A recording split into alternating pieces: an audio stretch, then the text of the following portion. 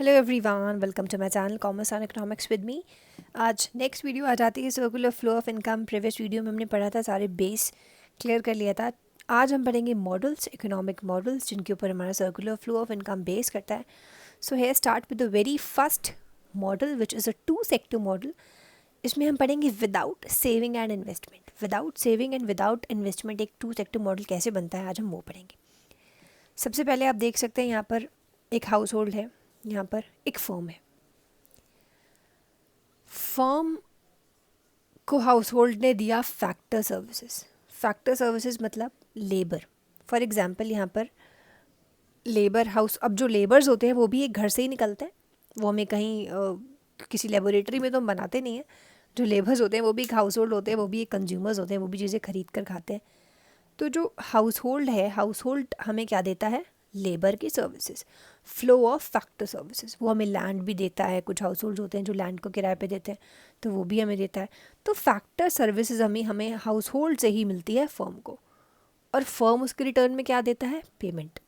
अगर लैंड ली है तो रेंट देगा, अगर लेबर लिया है तो वेजेस देंगे, अगर कैपिटल लिया है तो इंटरेस्ट देंगे। तो फर्म उसे बदले में देती है फैक्टर की पेमेंट। हाउस होल्ड हमें फर्म को मतलब फर्म हाउस होल्ड फर्म को क्या देता है? अपनी सर्विसेज, और फर्म क्या देती है बदले में? उसका पेमेंट। अब एक और चीज़ आ गई, फर्म क्या देती है हाउस होल्ड को? Flow of goods and services. जब वो सर्विसेज ले रही है तो वो क्यों ले रही है? उसको कुछ बनाना है, इसे सर्विसेज ले रही है। सर्विसेज ले रही है, उसका पेमेंट दे रही है, साथ के साथ हाउस होल्ड को क्या दे रही है? Flow of goods and services. अब जो लेबर्स जाते हैं प्रोडक्शन करने, वो क्या बनाते हैं? कुछ ना कुछ तो ऐसा ही बनाते होंगे ना जो कंज्यूमर्स यूज़ करें, उनकी बिक्री हो। वही सारी चीज़ें जब फर्म अब चीज़ों को बेचती है, जब फर्म सेल करती है flow of goods and services, वो उसने जो भी चीज़ बनाई वो बेचती है किनको? हाउस होल्ड को। उन्हीं हाउस होल्ड से हमारे लैंड, लेबर, कैपिटल, वो सारी चीज़ें जनरेट होती हैं, उन्हें वो चीज़ बेच देती है, और बदले में उनसे क्या ले लेती है? पेमेंट उस चीज़ का। हम जो भी चीज़ खरीदने जाते हैं बदले में उसका पेमेंट देते हैं। तो ये है एक टू सेक्टर मॉडल जिसमें कोई सेविंग नहीं है, कोई इन्वेस्टमेंट नहीं है। एक हाउस होल्ड है, हाउस होल्ड का घर मत समझ लीजिएगा, हाउस होल्ड इंक्लूड्स वो सारे लोग जो किसी कंट्री में रहते हैं। अब वो लोग बैंक में काम करते होंगे तो वो कैपिटल दे सकते हैं, उस पर इंटरेस्ट ले सकते हैं, ठीक। अगर वही लोग लेबर हैं तो वो वेजेस कमाएंगे और अपनी सर्विसेज देंगे तो वो वेजेस भी कमाएंगे। तो इस हाउस होल्ड से ही सारे फैक्टर्स जनरेट होते हैं जो कि अपनी सर्विसेज देते हैं।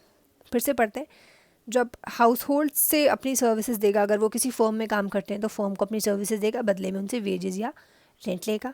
वहीं जब फर्म अपने प्रोडक्ट्स किसको बेचेगी? हाउस होल्ड्स को ही बेचेगी, खुद तो अपने लिए तो बना नहीं रही है सेल्फ कंजम्पशन के लिए, वो बेचेगी हाउस होल्ड्स को, बदले में उनसे ले लेगी payment of all those goods and services. तो ये है हमारा टू सेक्टर मॉडल का सर्कुलर फ्लो ऑफ इनकम। अब यहाँ पर आ जाते हैं, a part of income which is not spent by household on consumer goods या सर्विसेज इज कॉल्ड सेविंग। अब कुछ लोग होते हैं जो थोड़ी सेविंग करना उन्हें पसंद होता है, बचा लेते हैं पैसों को, तो वो सारा पैसा जो कुछ खरीदने में नहीं लगा, मतलब यहाँ पर payment of goods and service, यहाँ से चीज़ें खरीदी फर्म से, flow of goods and services हुआ, यहाँ पर पेमेंट कर दिया इनको। कुछ चीज़ों की खरीदारी नहीं करी, कुछ पैसे बचा लिए, तो जो पैसे बचा लिए जाते हैं उन्हें कहा जाता है सेविंग। अब सेविंग करना is something which is not good for national income on an aggregate basis. Saving करना, सिर्फ सेविंग को कर लेना, इकट्ठा करना अपने पास अलमारी के अंदर रख के, वो जो है वो नेशनल इनकम को हमेशा फॉल करा देता है। हम जब भी सेविंग करते हैं, हम हमेशा या तो बैंक में डाल देते हैं, या एफडियाँ करा देते हैं, या फिर उसका कहीं ना कहीं इन्वेस्टमेंट करते हैं, और हमें ऐसा करना भी चाहिए। हमें, अगर हमारे पास मनी है तो हम उसे अलमारी में बंद करके ताले में नहीं रखना चाहिए, क्योंकि वो एक आइडल कैश है, उससे कुछ फ़ायदा नहीं हो रहा। अगर हम उसे बैंक को देंगे तो उससे बैंक को प्रॉफिट होगा, बैंक उसे आगे लोन में देगी तो बदले में इंटरेस्ट कमाएगी, जो कि नेशनल इनकम में काउंट होगा।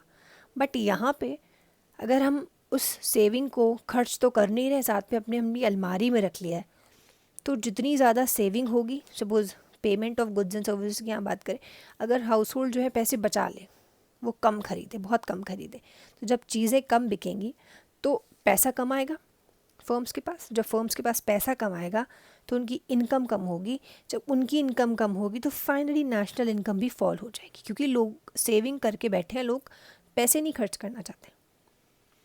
और जब सेविंग ज़्यादा होती है तो लीकेज ज़्यादा होता है, मतलब वो पर्टिकुलर सम ऑफ मनी जो फर्म्स के पास जाना चाहिए था वो हाउस होल्ड ने लीक करके अपने पास रख लिया। इसीलिए सेविंग्स को लीकेज भी कहते हैं, कि वो लोग खर्च नहीं कर रहे हैं, वो अपने पास रख लिया है एक लीकेज फॉर्म में। और नेशनल इनकम में जब ज़्यादा लीकेज होता है, ज़्यादा लीकेज मतलब ज़्यादा सेविंग्स हो रही हैं, लोग पैसे खर्च नहीं कर रहे, ना बैंक में दे रहे हैं, बस अपने पास इकट्ठा करके रखे हुए हैं, उससे इनकम, नेशनल इनकम में आ जाता है फॉल, उससे हो जाता है गवर्नमेंट को लॉस, इसलिए हो जाती है नेशनल इनकम में कमी। इसलिए सेविंग अगर आप कर रहे हैं तो इट्स ओके, बट उसको इन्वेस्टमेंट उसका करना बहुत ज़रूरी है, आप उसको आइडल कैश बना के ना रखें। अब वहीं पर हम इस 2 सेक्टर मॉडल में पढ़ेंगे विद सेविंग एंड इन्वेस्टमेंट, तो आपका कंसेप्ट अच्छे से क्लियर हो जाएगा। अब आ जाता है 2 sector model with saving and investment. अब इसमें सेम वही चीज़ है, हाउस होल्ड और फर्म्स ने, हाउस होल्ड ने फर्म को दी अपनी सर्विसेज, फर्म्स ने दिया पेमेंट, फिर फर्म्स ने बेचे गुड्स और हाउस होल्ड ने दिया उस गुड्स का पेमेंट। अब बीच में आ जाती हैं सेविंग और इन्वेस्टमेंट। कुछ हाउस होल्ड्स ने जो है अगर यहाँ पर चीज़ें कम खरीदी, ठीक, पैसे बचा लिए, यहाँ की तरह नहीं किया कि पैसे अलमारी में रख दिए, यहाँ की तरह किया, मतलब विद सेविंग एंड इन्वेस्टमेंट किया, वो पर्टिकुलर सेविंग को उठा के बैंक में जमा करा दिया। कैपिटल मार्केट मतलब कि बैंक्स, और उन कैपिटल मार्केट में मतलब बैंक्स ने वही चीज़ें इन्वेस्ट मतलब किसी फर्म को दे दी, किसी बिजनेस सेक्टर को दे दी कि ठीक है आप लीजिए लोन और इसका अपना बिजनेस सेट करिए। लोन के बदले उन्हें क्या मिलेगा, बैंक्स को मिलेगा इंटरेस्ट, मतलब कि नेशनल इनकम में मनी का इंक्रीमेंट होगा, मतलब कि नेशनल इनकम बढ़ेगी। ये वाला मॉडल है 2 sector model with saving and investment. अब इन्वेस्टमेंट जो है वो हमारी कंट्री के लिए एक बेनिफिशियल चीज़ साबित होती है। कैसे? Now investment refers to expenditure on goods and services with help in producing other goods in production. वही चीज़ है। अब कोई फर्म है जिसे मनी की ज़रूरत है, उसके पास मनी नहीं है, सेविंग है हमारे पास, हम बहुत इकट्ठा करके बैठे हुए हैं, फिर हमने सोचा कि चलो ठीक है इसको इन्वेस्टमेंट करते हैं। फिर हम अपने घर से निकले, हमने उस मनी, उस जो सेविंग जो हमारे पास अमाउंट था उसको लेके गए बैंक के पास। बैंक से हमने कहा कि ये लीजिए, इसे जमा कर लीजिए। बैंक ने वही मनी उठा के लोन दे दिया किसको, किसी फर्म को। अब वो फर्म वही वाली हमारी सेविंग वाले मनी को यूज़ करेगी, प्रोडक्शन करेगी, चीज़ें बेचेगी, फिर फ़ायदा कमाएगी, जिससे कि इनकम बढ़ेगी और अल्टीमेटली नेशनल इनकम बढ़ेगी। इसीलिए जितनी ज़्यादा सेविंग होगी उतना ज़्यादा हमारी नेशनल इनकम के लिए फ़ायदा होता है। मोर सेविंग्स इक्वल्स टू इंजेक्शन। इसीलिए सेविंग्स को इंजेक्शन कहा जाता है, कि इंजेक्ट करते हैं वो मनी को कैपिटल मार्केट से ऑल ओवर द फर्म्स, जिससे कि फ़ायदा होता है। इसलिए सेविंग्स को कहा जाता है लीकेज, की वो लीक हो रहा है, नेशनल इनकम में कमी आ रही है। वहीं सेविंग्स को कहा जाता है इंजेक्शन, कि इंजेक्शन जो है वो सर्कुलर फ्लो ऑफ इनकम में एक इंक्रीमेंट होता है और ऐड हो जाता है फ्लो ऑफ इनकम में, मनी का एडिशन होता है।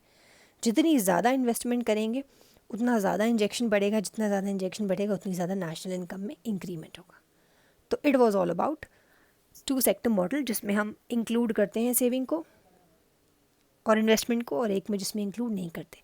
सेविंग ज़्यादा होना नेशनल इनकम के लिए बहुत भारी पड़ सकता है, लीकेज हो जाता है, मतलब लीकेज मतलब कहीं से हम देखते हैं कहीं से चीज़ें अगर बह रही होती हैं तो हमारा लॉस हो जाता है। अगर हमने किसी भगोने में पानी भरा लेकिन उस भगोने में एक होल है, धीरे धीरे वो सारा पानी ख़त्म हो जाता है। Same is the case of national income. अगर सेविंग ज़्यादा है मतलब लीकेज है, कहीं लोग अपने पास इकट्ठा किए हुए, नेशनल इनकम अल्टीमेटली कम हो जाएगी। वहीं जब हम देखते हैं कि इन्वेस्टमेंट हो रही है, लोग मनी को घर में नहीं रखे हैं, उसको कहीं ना कहीं यूज़ कर रहे हैं, मतलब कहीं ना कहीं तो प्रॉफिट हो ही रहा होगा। जहाँ जहाँ प्रॉफिट हो रहा होगा उससे नेशनल इनकम में इंक्रीमेंट हो रहा होगा। तो it was all about the 2 sector models, जो कि 2 तरीके के होते हैं, विथ एंड विदाउट। अब हम आ जाते हैं 3 सेक्टर मॉडल पे, which is also known as a closed economy. क्योंकि एक क्लोज्ड इकोनॉमी वो इकोनॉमी होती है जिसमें कोई भी इम्पोर्ट एक्सपोर्ट किसी बाहर की किसी कंट्री से इम्पोर्टिंग एंड एक्सपोर्टिंग नहीं होती। Biggest example of close economy is north Korea.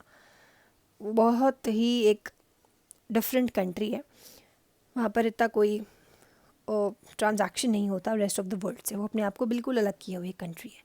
तो 3 सेक्टर मॉडल में हम सिर्फ पढ़ते हैं हाउस होल्ड, फर्म्स और एक नई चीज़ आ जाती है गवर्नमेंट, बस सिर्फ इन 3 चीज़ों के बारे में। क्योंकि बाहर की किसी कंट्री से कोई इम्पोर्ट एक्सपोर्ट करना नहीं है, तो इसलिए उनका इन्वॉल्वमेंट भी बिल्कुल नहीं होता है। बाकी सारी चीज़ें जो हैं वो बिल्कुल पहले की ही तरह हैं। हाउस होल्ड ने अपनी सर्विसेज दी, फर्म्स ने उनका पेमेंट दिया, फिर फर्म्स ने गुड्स बेचे, flow of goods, house holds ने उनका पेमेंट दिया। यहाँ पर लीकेज है, यहाँ पे इन्वेस्टमेंट है, मतलब सेविंग्स है, इन्वेस्टमेंट वाला भी कंसेप्ट है। जो नई चीज़ दिख रही है हमें वो है गवर्नमेंट, और ये 2 एरोस, इधर के 2 एरोस। गवर्नमेंट का क्या रोल है हाउस होल्ड के लिए? गवर्नमेंट हमें देती है फैक्टर पेमेंट्स। अगर हमारे कोई हाउस होल्ड चाहिए, गवर्नमेंट एम्प्लॉयज़ भी हाउस होल्ड चाहिए निकलते हैं। हाउस होल्ड्स के जितने भी लोग हैं जो गवर्नमेंट किसी सेक्टर में काम करते हैं, वो वहाँ काम करते हैं, उन्हें बदले में क्या मिलता है? Factor payment. मतलब उनकी फैक्टर की सर्विसेज, जो मेंटल लेबर वहाँ पर बने हुए मेंटल लेबर्स, उनको मिलता है वो factor payment and transfer payments. Transfer payments हमने प्रीवियस वीडियो में पढ़ा था अपना, जो कि पेंशन्स होती हैं, ओल्ड एज पेंशन्स होती हैं, जो डोनेशन हो गया, जो गवर्नमेंट हमारे लिए कभी कभी सोशल सिक्योरिटी स्कीम्स होती हैं, कि बेरोज़गारी भत्ता हो गया, ये सारी चीज़ें, तो वो होते हैं हमारे ट्रांसफ़र पेमेंट्स, जो कि हमारे गवर्नमेंट हमको देती है। बदले में हम गवर्नमेंट को क्या देते हैं? Taxes. Now this is a 2 way process. आप कुछ देंगे तो आपको कुछ मिलेगा। वही चीज़ है यहाँ पे, गवर्नमेंट को हम क्या देते हैं? टैक्सेस। टैक्सेस हम गवर्नमेंट को ही देते हैं, और गवर्नमेंट हमें क्या देती है? फैक्टर पेमेंट्स या फिर ट्रांसफ़र पेमेंट्स। अगर हम गवर्नमेंट सेक्टर में काम करते हैं तो हमें सैलरी मिलेगी, वेजेस मिलेंगे, या फिर अगर सरकार के किसी नियम के अंतर्गत अगर हम आते हैं तो हमें सोशल सिक्योरिटी स्कीम्स भी मिलेंगी, जैसे कि ओल्ड एज पेंशन होती है, गवर्नमेंट कभी कभी चलाती है कि गरीबों के लिए ये होगा वो होगा, तो वो सारी चीज़ें भी हाउस होल्ड के लिए ही होती हैं। अब हाउस होल्ड और फर्म का क्या रिलेशन है? फर्म क्या देती है गवर्नमेंट को? टैक्सेस। फर्म भी गवर्नमेंट को टैक्सेस ही देती है, और गवर्नमेंट बदले में क्या देती है? Government purchase and subsidies. कभी कभी गवर्नमेंट जो है वो फर्म्स को परचेज़ कर लेते हैं, उनकी चीज़ों को ख़रीद लेते हैं, तो वो चीज़ फ़ायदा फर्म्स को मिलता है गवर्नमेंट से। और गवर्नमेंट कभी कभी सब्सिडी देती है, मतलब छूट, कुछ चीज़ों में छूट, जैसे कि टैक्स रिडेम्पशन दे दिया, कि टैक्सेस आपके रिडीम हो जाएंगे, या फिर टैक्स नहीं देने, तो वो सारी चीज़ें हैं सब्सिडी में आती है। सब्सिडी मतलब आपको थोड़ी सी छूट मिल जाती है, तो वो छूट सारी कौन देता है? गवर्नमेंट। तो गवर्नमेंट बदले में देती है छूट, उसकी चीज़ें खरीद लेती है कभी कभी, और फर्म्स बदले में क्या देते हैं? टैक्सेस। तो this was all about a 3 sector model, जिसे हम कहते हैं क्लोज्ड इकोनॉमी। क्लोज्ड इकोनॉमी वो होती है जिसका बाहर की किसी कंट्री से कोई ट्रांजैक्शन नहीं होता। अब हम आते हैं 4 सेक्टर मॉडल पे, जो कि एक ओपन इकोनॉमी होती है, जिसका बाहर की कंट्री से भी लेना देना होता है, बाहर की कंट्री से भी कुछ खर्चा वर्चा निकालना होता है। बाकी सब चीज़ें पहले की ही तरह हैं। हाउस होल्ड ने सर्विसेज दी फर्म्स को, फर्म्स ने किया पेमेंट, फर्म ने बेचे गुड्स, और हाउस होल्ड्स ने payment of all those goods and services. Saving करके बैंक में गए, बैंक ने इन्वेस्टमेंट कर दिया फर्म्स को। ठीक, अब गवर्नमेंट का रोल वही है, गवर्नमेंट को ये भी टैक्स देगा, गवर्नमेंट को फर्म्स भी टैक्स देगी। गवर्नमेंट बदले में हाउस होल्ड को देती है फैक्टर पेमेंट, मतलब सैलरीज वगैरह अगर हम वहाँ पे काम करते हैं, या फिर ट्रांसफ़र पेमेंट जैसे कि ओल्ड एज पेंशन। और यहाँ बदले में क्या देती है? गवर्नमेंट चीज़ें खरीद लेती है या फिर सब्सिडी देती है। अब एक नया मॉडल यहाँ पर जो कि ऐड हुआ है, जिसे हम कहते हैं रेस्ट ऑफ द वर्ल्ड, मतलब बाहर की सारी दुनिया। ये तो हमारी ऑल ओवर इकोनॉमी के अंदर की सारी चीज़ें हैं, कि इकोनॉमी में हाउस होल्ड भी होता है, गवर्नमेंट भी होते हैं, बैंक्स भी होते हैं, फर्म्स भी होती है। एक नई चीज़ जो बाहर से हम कनेक्ट करते हैं वो है रेस्ट ऑफ द वर्ल्ड। बाहर की दुनिया से हमारा क्या लेन देन है?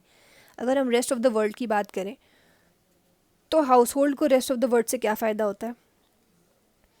अगर रेस्ट ऑफ द वर्ल्ड, बाहर किसी भी कंट्री में हमारे कोई अपने रहते हैं, वो हमारे लिए कुछ पैसा भेजते हैं, तो उसे कहते हैं फॉरेन रेमिटेंसेस, वो हमें मिल जाता है। तो वो बाहर से एक ऐसी चीज़ है जो एक हाउस होल्ड को मिलती है। Then comes what? Household बाहर वालों को क्या देते हैं?